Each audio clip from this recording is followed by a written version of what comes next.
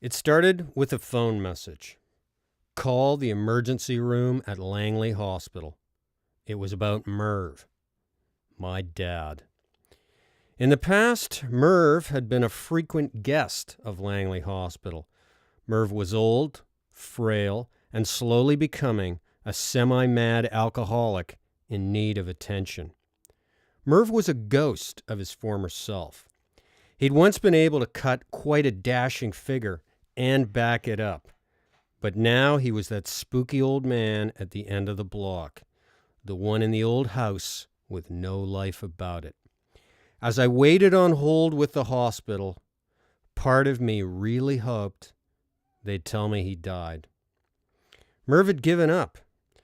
You can replace a hip or transplant a heart, but you can't give a transfusion of joy or optimism like you can give a pint of blood. After they told me Merv was dead, there was a moment of relief. It's finally over. Then came grief. There was no obituary for Merv, no one to announce his death to. He'd become isolated and off-putting. The Merv that had once been bright and dashing was an old drunken sot in rags. Worse, he'd become basically a denier of the Holocaust and vocal about it. And he was there, and he'd seen it. It was hard not to dwell on his hate and anger, but I started pondering how to defend his life. Could it be understood? Could it be explained? Merv used to be a boxer. He knew how to fight. He could throw him. It struck me that as a boxer, even if you're losing the fight, you want to at least win the last round. Try and salvage the bout. I decided to try to salvage Merv.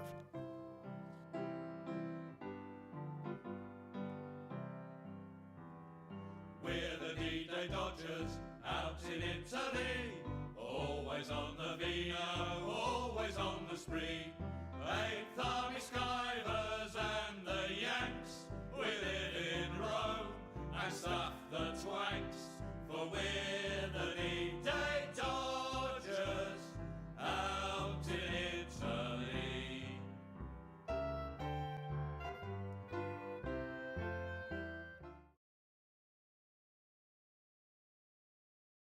Well, I'm Mary Wedmark, and I was married to Al Wedmark for some 45 years or 46 years, and he was the first cousin of Mervyn Thurgood's. And I got to know Mervyn, of course, through Al, and we talked a lot, so I got to know him fairly well.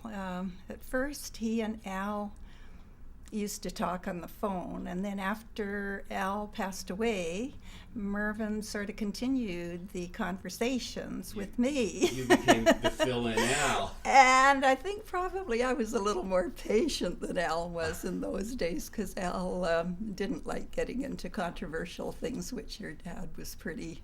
No, she wouldn't want to stray away from. He'd like to get it right into. That's right. So anyway, I got to know him fairly well, but I said this was all telephone stuff, so...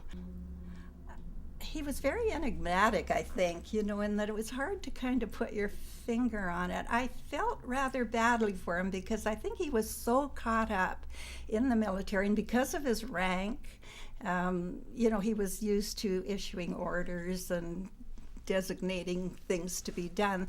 And unlike a lot of other fellows, I think when he got out, he still carried that with him. I think like the movie actor that plays Macbeth on the screen and then comes home and he's a father and does all the, the normal things. But I don't think your dad ever got away from all of that. I think I don't recall that I ever heard him say he was wrong about anything or sorry. He did not like women very much, of course. He lived a little bit in the old days when...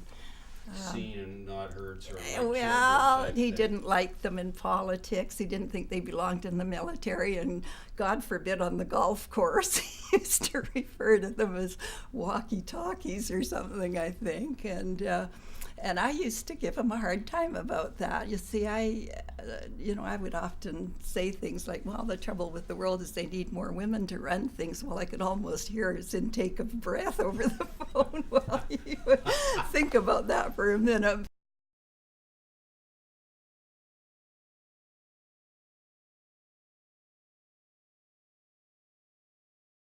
I'm not sure where the hose came from. It could have been as simple as a business card or something more sinister. But it was an infestation. I wonder if they all knew each other and it was like shift work. I can't do my Monday. Can you do it? And I'll do your Wednesday? They must have communicated. They all started phoning me the day after he died. Where is he? What happened? How did you know my father again? You do some cleaning for him. What do you clean?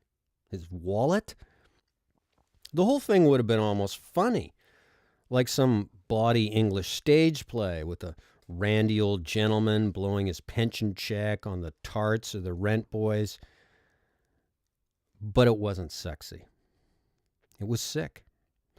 I'm not talking like some teenager gagging at the thought of their parent having sex. Merv was so smelly and awful, you didn't want to touch him, even shake his hand. Why didn't you clean him up, you ask? It was bad enough picking him up off the floor and wrestling him back into his chair. Bathe him?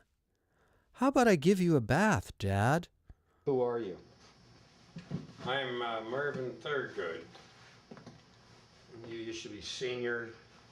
I had been senior nuclear staff officer in Eastern Command.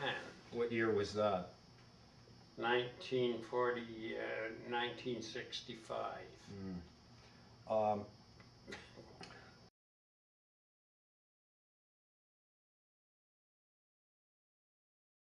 Merv was born in 1923 in Regina, Saskatchewan, 2 years after his brother Howard.